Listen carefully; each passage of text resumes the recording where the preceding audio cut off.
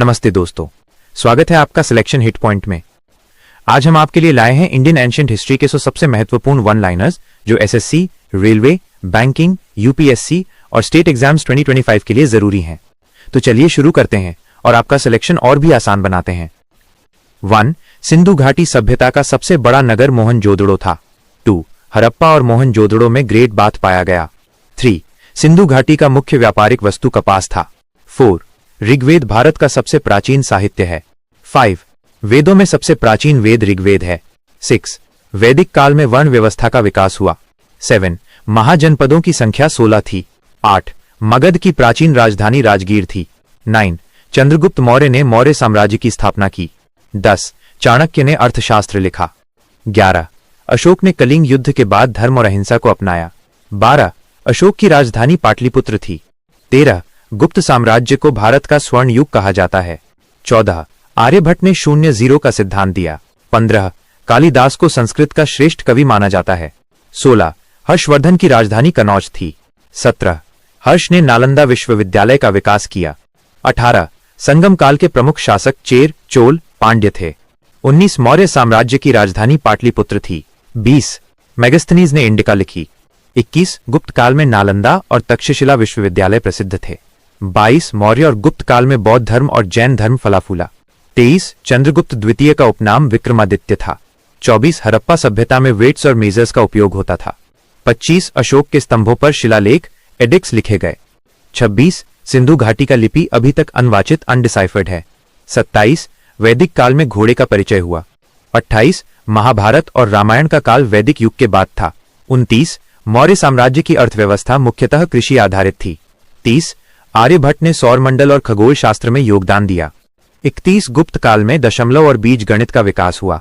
32. चंद्रगुप्त मौर्य की नीति में केंद्रित प्रशासन था। 33. अशोक का धर्म पर जोर धम्म था। 34. संगम साहित्य में तमिलनाडु के संस्कृति और व्यापार का वर्णन है। 35. वैदिक काल में गृह सूत्र और धर्मसूत्र लिखे गए। 36. कौटिल्य को चाणक्य भी कहा जाता है।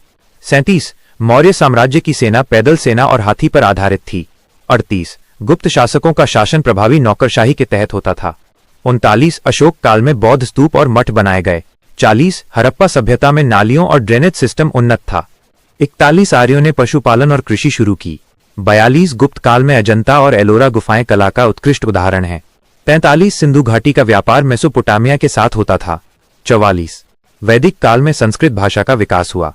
45. महाजनपदों में राजतंत्र और गणतंत्र दोनों थे। 46. चंद्रगुप्त द्वितीय के समय गुप्त कला और वास्तुकला का स्वर्ण युग था। 47. मौर्य साम्राज्य में गुप्त सेवा और जासूसी का प्रावधान था। 48. अशोक ने शिलालेख और स्तंभ बनवाए। 49. हर्ष का शासन 7वीं शताब्दी ईस्वी में था। 50. संगम काल में तमिल साहित्य और काव्य प्रसिद्ध थे। 51. मौर्य साम्राज्य में राजकीय मुद्रा का प्रचलन था। 52. अशोक ने धम्म प्रचार के लिए बौद्ध मिशनों भेजे। 53. गुप्त काल में शिल्पकला और चित्रकला का विकास हुआ। 54. वैदिक समाज में गणतंत्र और सामंतवाद का मिश्रण था। 55. महाजनपदों में विहार और स्तूप बनना शुरू हुए।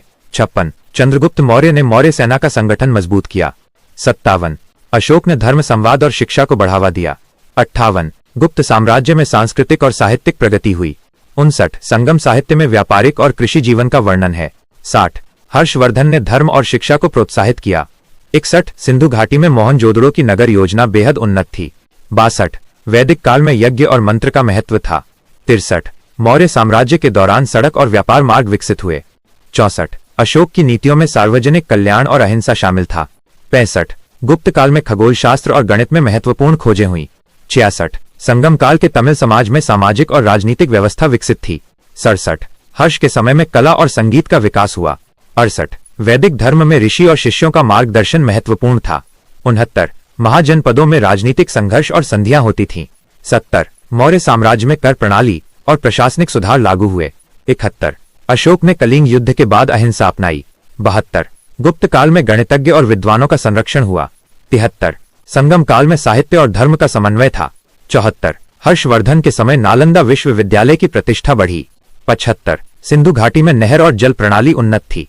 76. वैदिक काल में गृहस्थ और आश्रम व्यवस्था विकसित हुई। 77.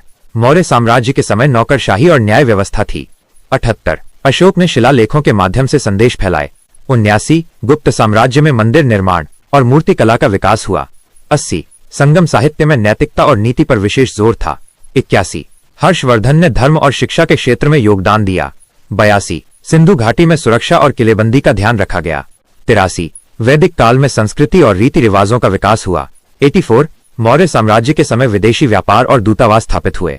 85 अशोक ने बौद्ध धर्म का प्रचार किया। 86 गुप्त काल में काव्य और नाट्य कला का उत्कर्ष हुआ। 87 संगम काल में राजनीति और सामाजिक संरचना पर ध्यान था। 88 हर्षवर्धन के समय विद्वान और लेखक बढ़े। 89 सिंधु घाटी में पोत और व्यापारिक लेन देन सक्रिय था। 90 वैदिक काल में सामाजिक नियम और विधियां स्थापित हुईं। 91 मौर्य साम्राज्य में सैन्य और रणनीति का संगठन मजबूत था। 92 अशोक ने स्तूप और मठ निर्माण कर बौद्ध धर्म को प्रोत्साहित किया। 93 गुप्त काल में वैज्ञानिक और खगोल शास्त्र का विकास हुआ। 94 संगम काल में कृषि और मछली पालन महत्वपूर्ण थे। 95 हर्षवर्धन ने धार्मिक सहिष्णुता को बढ़ावा दिया। 96 सिंधु घाटी सभ्यता में सड़क और नगर योजना उन्नत थी। 97 वैदिक काल में संस्कृत साहित्य और मंत्र का विकास हुआ। 98 मौर्य साम्राज्य ने कर संग्रह और प्रशासन को व्यवस्थित किया। 99 अशोक ने धम्म नीति और कल्याण कार्य शुरू किए। 100 गुप्त काल को साहित्य, विज्ञान और कला का स्वर्ण युग कहा जाता है। तो दोस्तों, ये थे भारतीय एंशिएंट हिस्ट्री के 100 सबसे महत्वपूर्ण वन लाइनर्स जो 2025 एग्जाम्स के लिए बेहद जरूरी हैं। अगर आपको वीडियो पसंद आया हो तो लाइक, शेयर और सब्सक्राइब जरूर करें सिलेक्शन हिट पॉइंट को और बेल आइकन दबाएं ताकि आप हमारी नई वीडियो की नोटिफिकेशन तुरंत पा सकें। अगली वीडियो में हम आपको मेडिवल हिस्ट्री के टॉप 100 वन लाइनर्स देंगे जिससे आपकी कंप्लीट हिस्ट्री प्रिपरेशन और भी मजबूत होगी। धन्यवाद दोस्तों, मिलते हैं अगले वीडियो में।